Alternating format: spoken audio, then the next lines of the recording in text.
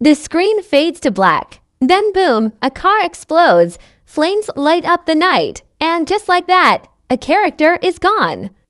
But the question still haunts every BMF fan. Who was actually in that car? Some say it was a setup, others think the wrong person died. Today, we're breaking down exactly how it all led to this explosive moment, and trust me, the signs were there all along. Before we talk about the explosion itself, we have to rewind and look at what really led to it. The tension in BMF Season 4 has been building like a pressure cooker, and Episode 9 finally let it all blow.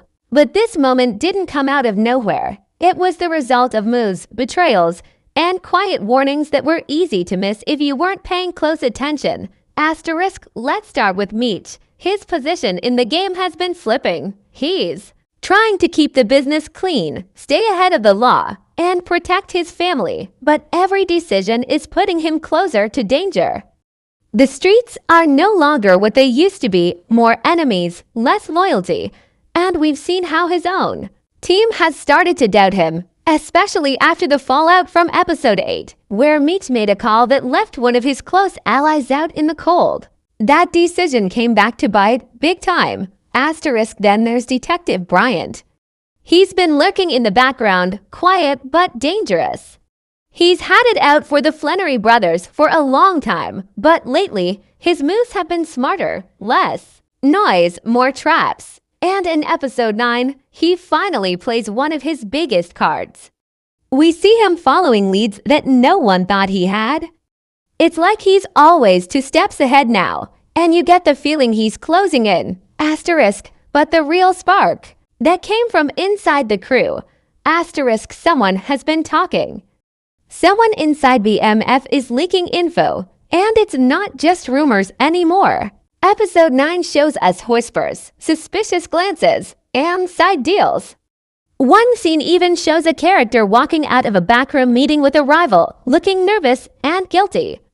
And that's when the camera lingers, just long enough for you to know it matters. Asterisk, it's the kind of foreshadowing that this show does so well. If you're not watching closely, it flies right by.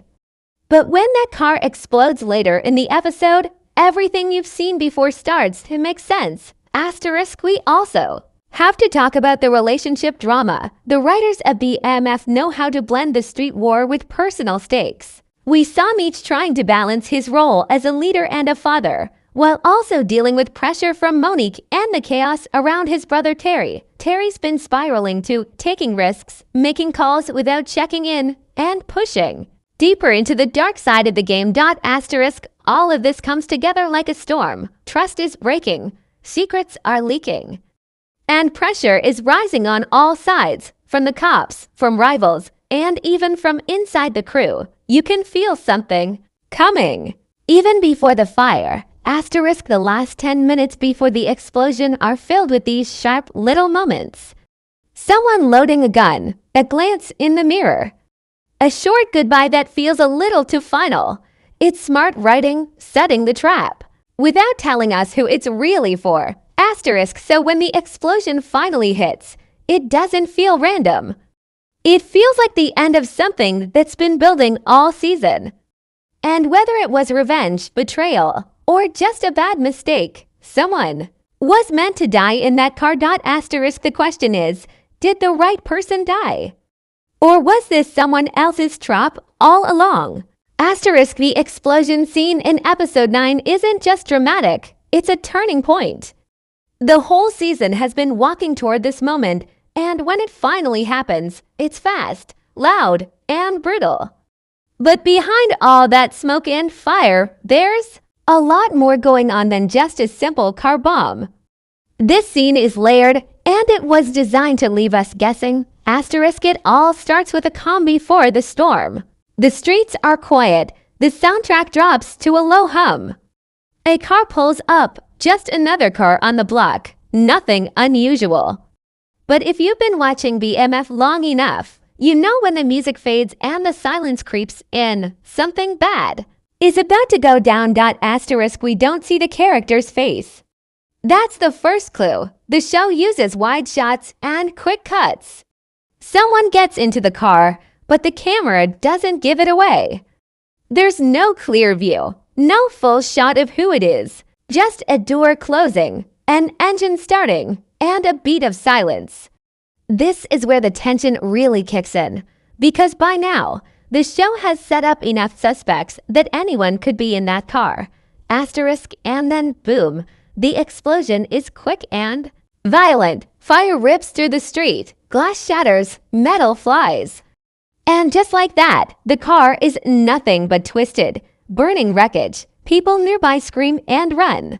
The camera cuts to different angles. A wide view of the fireball, a slow shot of someone looking out from a window, another person ducking behind a car. It all happens in seconds, but it's packed with emotion and suspense. Asterisk, now here's where things get interesting. After the explosion, we don't see a body. That's important. The writers and directors are careful not to show you too much. You see smoke, you see flames, you see a shadow, maybe slumped in the driver's seat. But no close-up, no confirmation. This is what keeps fans talking. Was that the real target? Was it a switch-up? Or was someone else driving? Asterisk, the show also plays with sound in this scene. After the explosion, everything goes quiet like a ringing in your ears. It pulls you into the shock. You're not just watching it happen. You're feeling what the characters are feeling, confusion, fear, and a growing sense that something just went horribly wrong. Asterisk, there's a slow motion shot right after the blast, the character running toward the car. They scream something, but the audio is muffled. That detail matters, because the person screaming might know who was supposed to be in the car. That might be their reaction to realizing it wasn't who they thought, or worse, that it was exactly who they feared. Asterisk, another powerful part of the scene is who isn't there. One of the main characters, someone who was supposed to show up, never does. That's a storytelling trick BMF has used before. Sometimes absence speaks louder than action. And if someone was supposed to be in that car but didn't get in at the last second, that changes everything. Asterisk, later in the scene, we see the aftermath, flashing lights, police tape, and a few shocked faces. But again, nobody says a name. There's no one crying over a body. No wallet pulled from the wreckage. Nothing that gives us full confirmation. That's done on purpose. The writers want you to question what you saw.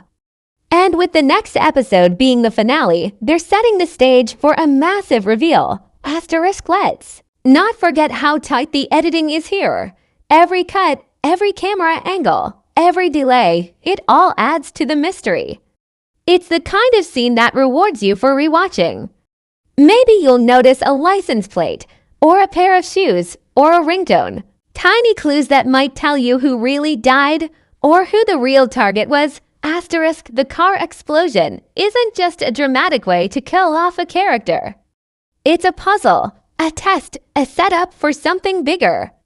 Because someone planned this, someone wanted that car to blow, and whoever made it out alive. They're either extremely lucky or extremely dangerous. Asterisk, now the question is, with the dust settling and the streets watching, who's really pulling the strings? Asterisk, the moment that car exploded, the entire BMF fanbase lit up with questions, theories, and wild guesses. Who was inside the car? Who wasn't? Was it random or a setup? And most importantly, did the writers just kill off a major character? Or are they playing with us? Asterisk, BMF is known for its mind games. From the very beginning, the show has been smart about using misdirection. And in episode 9, they take that skill to a new level. Let's break down how the writers planted confusion, how the camera helped sell it, and why fans can't stop arguing about who really died. Asterisk, first off, let's talk about the red herrings, the distractions that made us look in the wrong direction. Earlier in the episode, we saw several characters in situations that made them look like potential targets. One guy argues with Meech, storms off, and says something like, "You'll regret this." Another character is seen handing off a phone, the kind of shady move that usually leads to a double cross. These moments make you think they're involved, but were they? Asterisk the show also drops a few almost clues that feel like hints, but they're not. For example, someone is shown putting on a familiar jacket before getting into a car. Later, that same jacket is seen near the explosion site. That's enough to make people think that character is dead, but what if the jacket was borrowed or planted? These are the kind of sneaky moves that BMF writers use all the time. Asterisk now let's talk about the characters who suddenly go quiet. In the middle of the episode, one major player stops appearing on screen. No one mentions them, no one checks on them, they're just gone. In a normal show, that would be lazy writing. But in BMF, it usually means something's being hidden. That character might be the victim, or maybe they're the mastermind. Asterisk some fans believe the explosion was meant for someone else entirely. There's one popular theory going around that says the wrong person died. The theory goes like this. The real target was supposed to be Meech, but a last-minute switch, maybe a favor, maybe a betrayal, put someone else behind the wheel. It makes sense, especially with how the camera hides the face of the driver. If the writers wanted us to know who died, they would have shown it, but they didn't. Another theory says the explosion was a message, not a murder. In this version, the car was rigged, but not to kill anyone. It was to scare someone, warn them, prove a point. But something went wrong, and a real person got caught in the blast. If that's true, then whoever set the bomb is now dealing with unintended consequences. And that usually means revenge is coming. Asterisk what's also interesting is how the show used silence as a tool. In the scenes after the explosion, nobody says a name. That's a big clue. In most shows, someone would run up and cry out, "Oh my! God, it's insert name here." But in BMF, everyone's either silent or confused. That's not just a writing trick, it's a delay tactic. They want us to sit with the mystery, to build tension all the way into the finale. Asterisk then, there's the online buzz. On forums, Reddit, and social media, fans are picking apart every frame. Some noticed a certain character wearing black and gold shoes before the explosion landed, then saw those shoes on the burned body. Others claim they heard a familiar ringtone seconds before the blast, and now they're sure who was in the car. But again, none of it is confirmed. It's all smoke and mirrors. The writers are loving this. Asterisk one detail that really stirred up the theories was the reaction shot from Monique. After the explosion, the camera cuts to her face and she looks shocked, but also confused. Not heartbroken, not angry, just stunned. Like she didn't expect it to go down that way. Some fans believe that reaction means she knows more than she's letting on. That she might have even helped set it up, but someone else got caught instead. Asterisk the biggest clue, though, a single line from earlier in the episode. A side character says, if he gets in that car, it's over. It's a throwaway line at first, easy to miss. But now, fans are going back to that quote and wondering, who were they talking about, and did they mean for it to actually happen? Asterisk with all these theories flying around, one thing is clear. The explosion wasn't random. It was planned carefully. And someone wanted it to go down exactly like this, a confusing, fiery mess with just enough doubt to keep us all guessing. Asterisk, but now, with only one episode left in the season, we're about to find out the truth. Or maybe just another layer of the lie. Asterisk, after all the confusion, smoke, and fan theories, the truth finally drops and it hits hard. Asterisk in the final moments of episode 9. The show finally confirms who was in the car. No more guessing. No more teasing. The camera cuts to a quiet hospital room. A blanket is pulled over a body. A familiar chain is handed over to a character who looks completely shattered. And just like that, it's real. Asterisk it was Dink. Asterisk Dink, one of Meech's most loyal street soldiers, gone in an instant. No long goodbye, no heroic send-off. Just fire, smoke, and silence. And for fans who have followed his character from the early days, it hurts. More than expected. Let's break it down. Dink wasn't always a main character, but he was consistent. He was the one who always held it down. Took orders without complaint, handled dirty work quietly. But that's also what made him vulnerable. He moved in the background, never loud, never flashy. So when the car blew up, nobody expected it. To be him, that's why the reveal is so effective and so painful. The writers played this perfectly. By hiding the body and delaying the reveal until the end of the episode, they gave fans time to form theories, argue online, and brace themselves. But when the truth hits, it's not just shocking, it's tragic. Dink didn't deserve to die, and the way it went down feels cold, feels personal, feels like a message to someone higher up. Meech's reaction says it all. He's not angry. Right away, he's quiet, heavy. You can see it in his eyes. This wasn't just a soldier. This was a brother, and maybe even worse. Dink wasn't the intended target. Some quiet dialogue between B. Mickey and Terry makes this even clearer. They mention a last-minute change in plans, a favor, a switch. That tells us Dink may have been doing someone a solid driving their car, running their errand, when it all went wrong. If that's true, he died in someone else's place, a setup meant for someone else. And that makes it even more devastating. What makes Dink's death stand out is how personal it is to the crew. He wasn't famous. He wasn't feared. He was family, and now that family is broken. You can see it in every face after the reveal, the pain, the guilt, the realization that no one is safe anymore.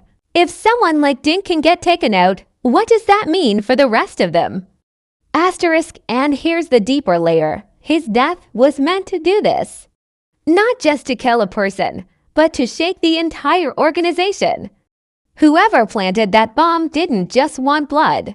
They wanted chaos, confusion. They wanted Meech off balance, distracted, weak. And it's working.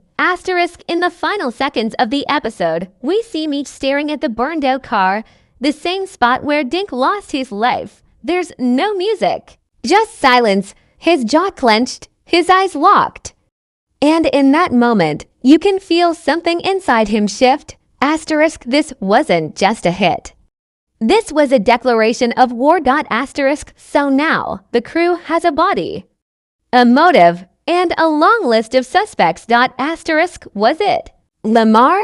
Back from the shadows? Was it a rival crew trying to make a move? Or worse, was it someone inside? That's what episode 10 is about to uncover. But one thing's already clear.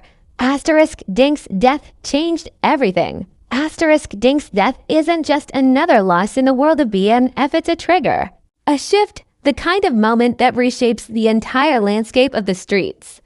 And the way episode 9 ends makes it very clear. This death will have consequences, and the final episode of the season is going to be a powder keg waiting to blow. Let's start with Meech. Before this, Meech was already under pressure from the law, from his rivals, from people inside his own circle who were questioning his every move. But Dink's death cuts deeper than all of that. This wasn't a random crew member. Dink was one of the few people Meech could count on. Someone who followed orders without hesitation. Someone who never got caught slipping. If a soldier like that can be taken out so easily, then Meech knows the walls are closing in fast. The most dangerous part of all this. Meech's mindset is changing. Throughout season 4, we've seen him try to become more careful, more strategic, thinking like a boss, not just a hustler. But in that final scene, as he looks at the burnt car and clenches his jaw, it feels like something is breaking. He's not thinking like a leader. He's thinking like a man who just lost family. And when a man like that snaps, there's no telling what he'll do next. Then there's Terry. Terry's arc this season has been about pulling away, trying to create his own lane, make decisions without Meech, and sometimes taking dangerous shortcuts. But Dink's death hits him differently. Because even though he's tried to play it cool, you can see the guilt in his eyes. There's a subtle moment when B. Mickey mentions that Dink was driving his route, and Terry doesn't even respond. He just looks down. That silence speaks volumes. He knows it could have been him. Maybe it should have been him. That wait is going to change the way he moves next episode and possibly beyond. Asterisk, we also need to talk about Monique. Asterisk, her role this season has been complicated. She's torn between loyalty to Meech and protecting her own future. But her reaction to the explosion was strange, not broken, not even angry, but distant. Now that we know Dink was the one who died, her reaction makes more sense. She wasn't close to him, but what matters is how she reacts to Meech's pain. Whether she comforts him or distances herself will tell us everything about where her loyalty stands now. And if she's been holding any secrets, this is where they'll start to come out. Asterisk, and what about the crew? Asterisk, BMF has always been about unity, brotherhood, but Dink's death puts cracks in that image. Nobody feels safe anymore. The whispers start, accusations fly. Someone must have talked. Someone must have slipped. That kind of paranoia is poison. In a crew like this, if Meech can't find and punish the person responsible, then control starts to crumble. And if control crumbles, so does everything else. Asterisk, but maybe the biggest shift comes from the outside, the streets. Asterisk, word travels fast. Everyone now knows that BMF just lost one of their own in a bomb. That's not a street-style hit. That's cartel level. Organized, planned. Someone is sending a very public message. We're not scared of you. We can reach you anywhere. Asterisk, that kind of move brings heat. Not just from rivals, but from law enforcement too. When bombs start going off, the police step in harder. Raids increase, surveillance gets tighter. And Bryant, he's watching all of this unfold with interest. If he didn't plant the bomb, he's still going to use the chaos to his advantage. He always does. Asterisk, this is the perfect setup for the finale. Asterisk, we now have asterisk, a leader who's on the edge of losing control. Asterisk, a crew filled with fear, doubt, and secrets. Asterisk, a rival or traitor bold enough to kill with fire. Asterisk, and a city that's about to explode. Asterisk, Dink's death isn't just the end of a character. It's the beginning of a war. One that's been slowly building all season. And with only one episode left in season 4, the question is no longer who died, but who's next? Asterisk.